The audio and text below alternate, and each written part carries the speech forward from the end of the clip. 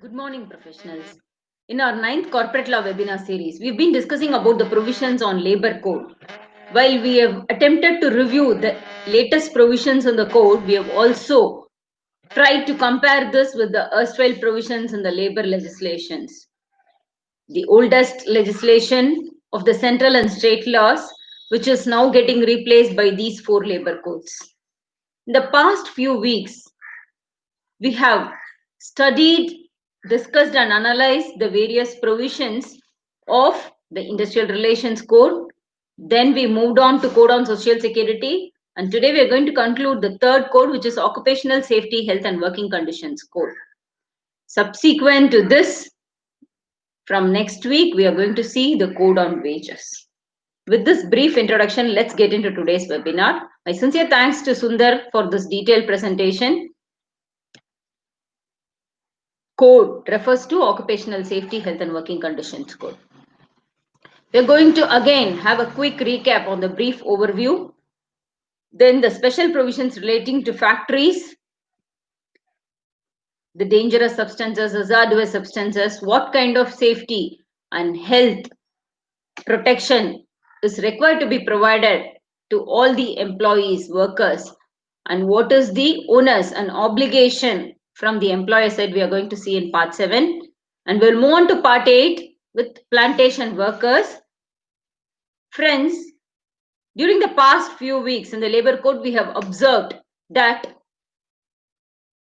strict obligation is cast on the employer with respect to all these unorganized working sectors, plantation workers, gig workers, platform workers, to ensure that adequate safety and health protection is being accorded to these workers. And plantation workers are no exception, and we are going to see that in part 8, how they are well protected with regard to the safety, health and working conditions. And we are going to see those offences and penalties for contravening the provisions in the code.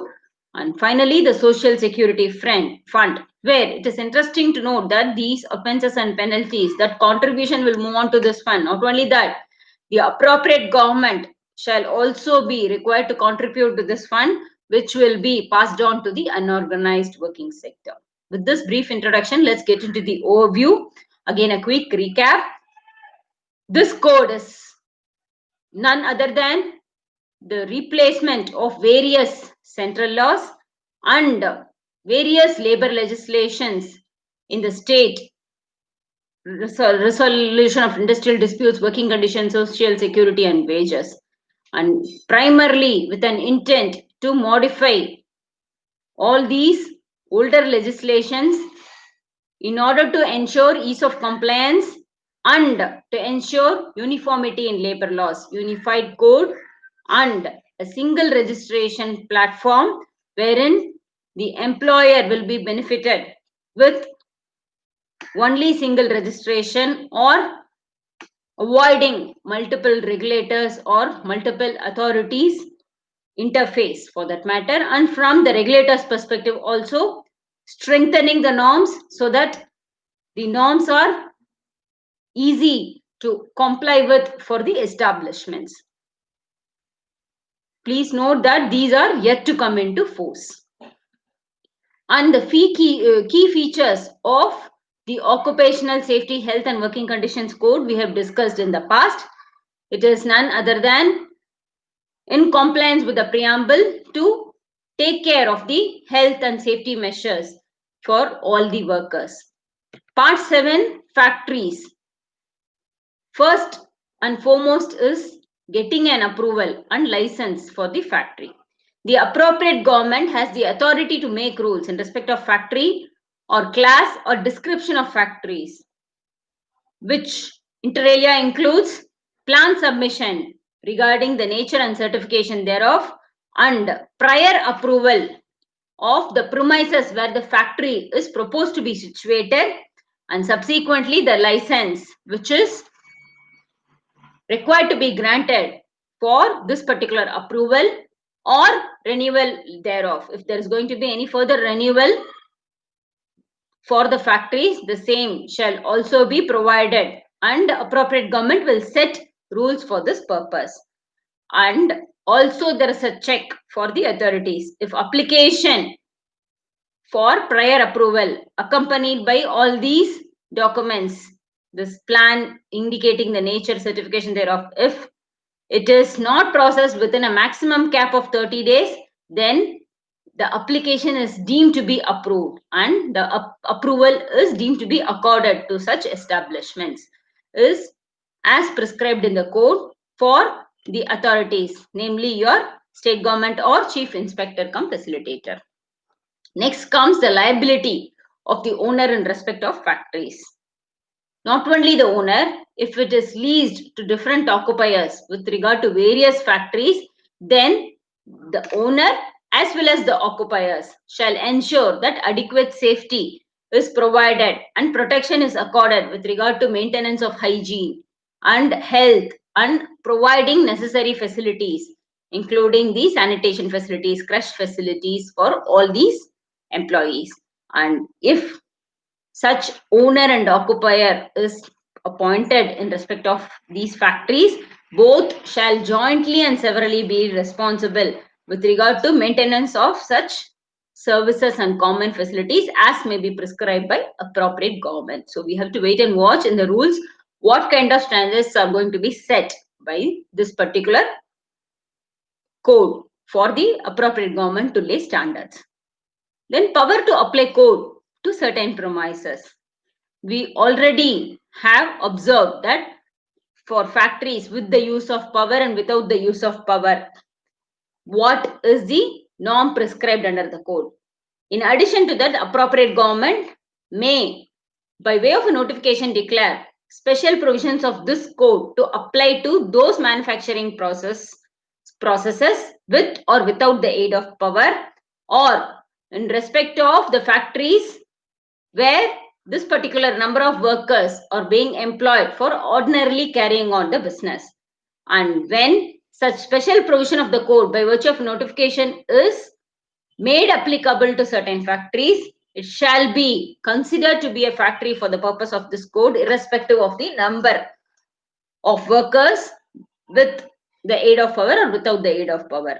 And owner will be construed as an occupier and the people who are working there will be construed as worker for the purpose of this particular code. And it is also clarified that the owner shall also include a lessee for the purpose of this particular premises. Next comes the dangerous operation where appropriate government may make rules. The manufacturing process or operation, the process to be set will be specified, and periodical medical examination before the person is being employed as a worker in that particular factory premises while it is carrying out dangerous operation, and it will also prohibit or restrict the employment of pregnant women in such processes where it causes dangerous operation, and it will also provide for laying out these rules for ensuring the facilities like the sanitary, clothing, equipment facilities and other protection necessary for carrying out dangerous operation or provided to all these workers. And with regard to this particular factory where such manufacturing process involves dangerous operation, the limit, the exposure limit will also be set, and which is as may be prescribed by the state government. Occupier has to mandatorily provide and furnish certain information. What is that? He shall provide those processes which involve hazardous substances.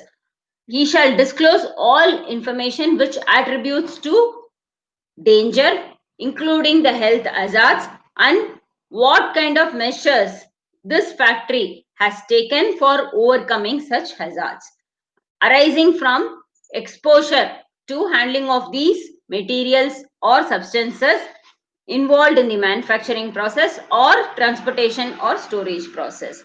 And this mandatory information shall be furnished by the occupier to the inspector cum facilitator, chief inspector or the local authority within whose jurisdiction this particular factory is being situated.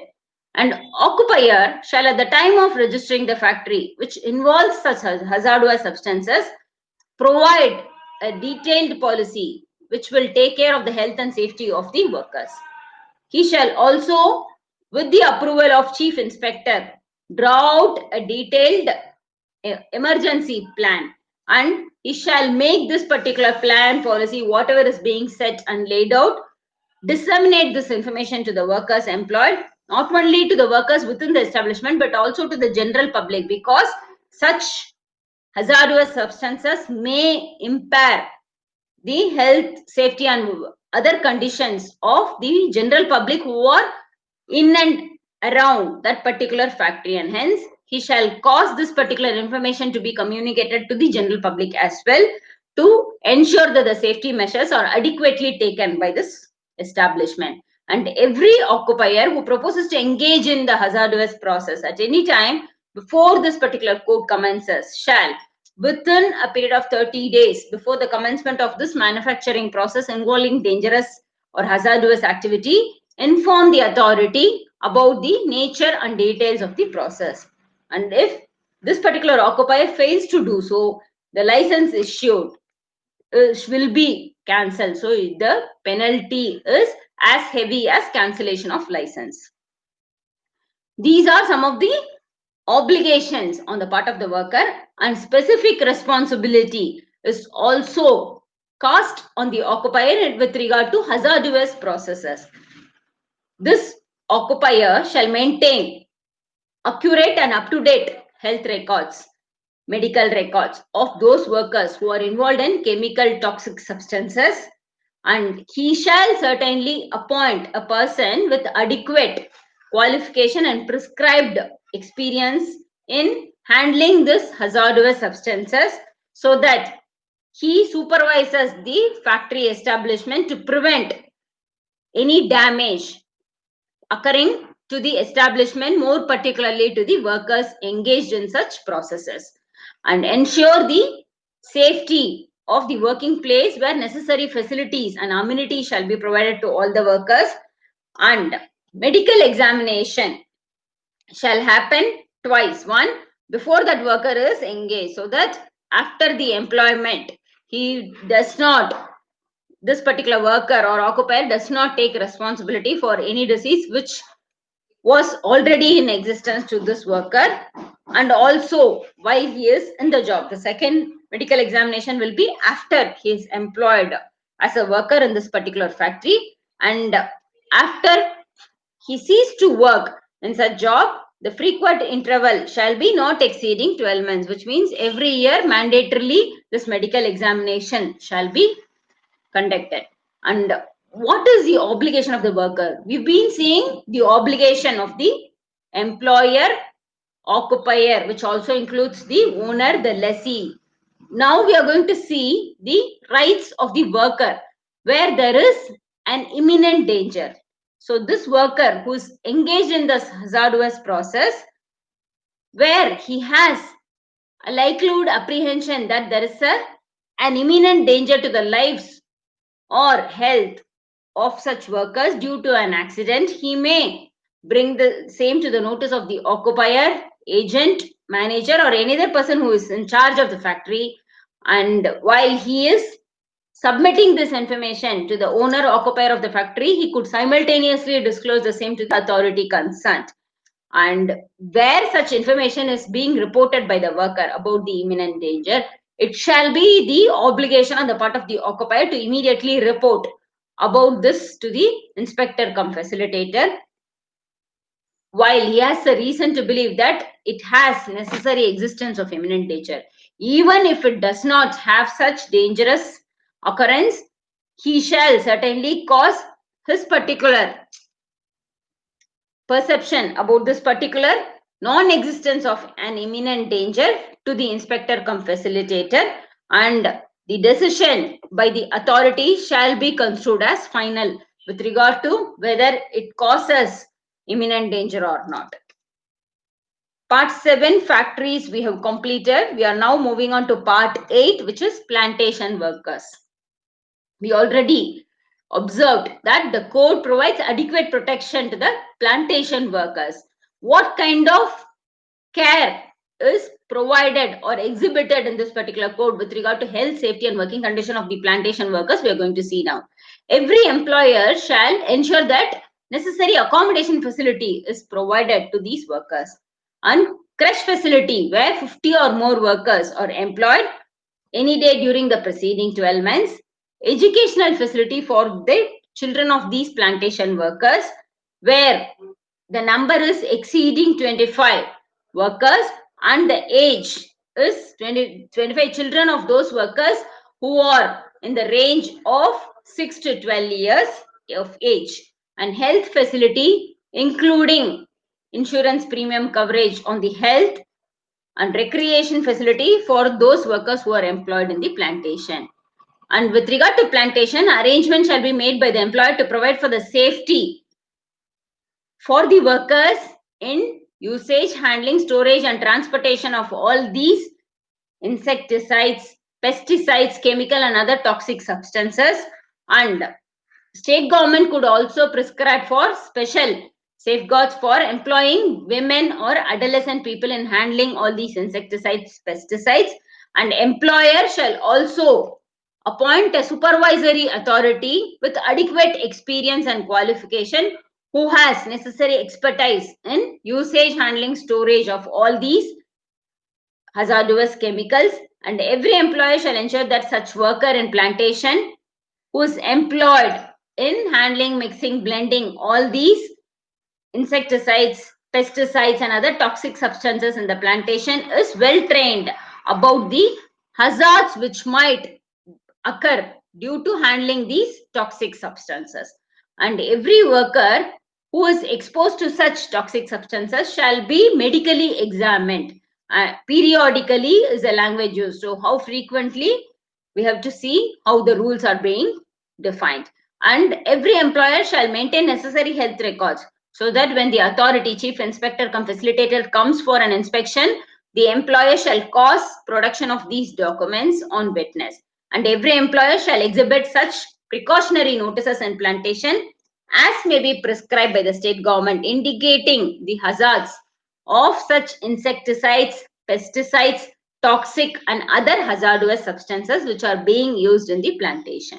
We are now moving on to segment 3 of today's webinar, which is offences and penalties.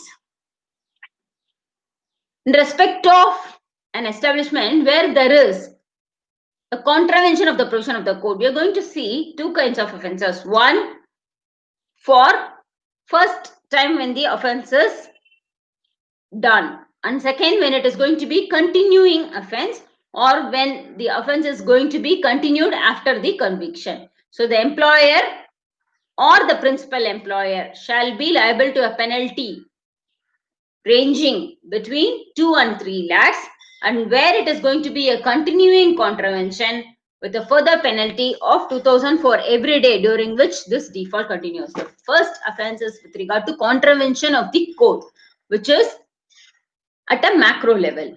Next comes specific to the punishment for causing obstruction to the authorities, where this particular employer is causing obstruction to the authorities who are mandatorily nominated for the purpose of discharging their duty in compliance with the code, and he is not cooperating with them or not producing the documents as may be required during the inspection of the site, then such person who is preventing or causing obstruction will be punishable with imprisonment for a term which may extend to 3 months or with a fine which may extend to 1 lakh or both.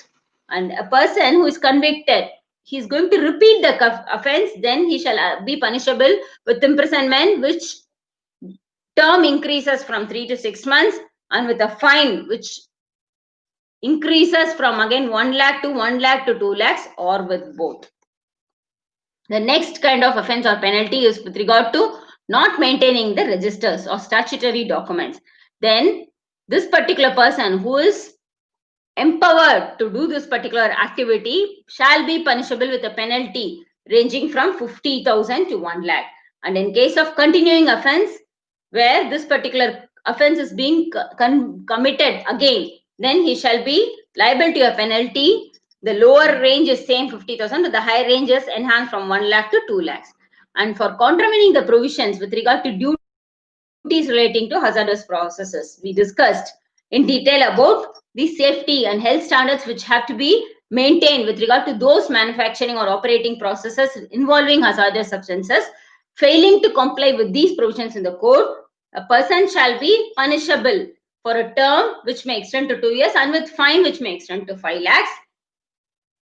And in case a person fails or contravenes, and this is going to be a continuing offense, then additional fine which may extend to 25,000 for every day during which the default continues, and after this particular conviction for the first failure or contravention. And if this particular contravention continues beyond a period of 1 year after the date of conviction, this particular offender shall be punishable with imprisonment for a term which may extend to 3 years, it is as high as 3 years, or with a fine which may go up to 25 lakhs, or with both. Offences by employees. We've been discussing about the offences and penalties which are imposed on the people who are responsible for discharging their duties, more particularly the employer, occupier, manager. But now the focus is shifted to employees, where the employee is contravening the provisions of the code, then he shall be punishable with a fine which may extend to 10,000. And the employer will not be in this case deemed to be guilty of an offense, where he has a defense to prove that he has taken all necessary precautionary measures to prevent this particular occurrence. If he is going to prove that, then only the employee will be held responsible. Social Security Fund, a new concept devised in the code where the unorganized workers will be provided this particular portion of the credit from the amount which is received from all these offences which are committed, and also the penalty as may be specified by the officers of the appropriate government. And the fund may also be funded over and above this particular offence penalty sum by the amount which is contributed by such other sources which are as prescribed by the appropriate government. And this shall be spent for the welfare of unorganized workers, which includes your gig workers, platform workers, plantation workers, construction workers, in such manner which we have to wait and see what is being prescribed by the appropriate government. Friends, no doubt this code is more to protect the health, safety and working condition of the workers. It also casts additional obligation on the employer, occupier, manager of the factory in order to comply with this code, and to facilitate the license, renewal and registration processes easy for the employer for ease of doing business, and to reduce the administrative bottlenecks. Friends, with this we are concluding the third part of our labor code, the occupational safety, health and working conditions. Next week we will start with code on wages. Until then, take care, stay safe. Wishing you all a very happy and prosperous new year.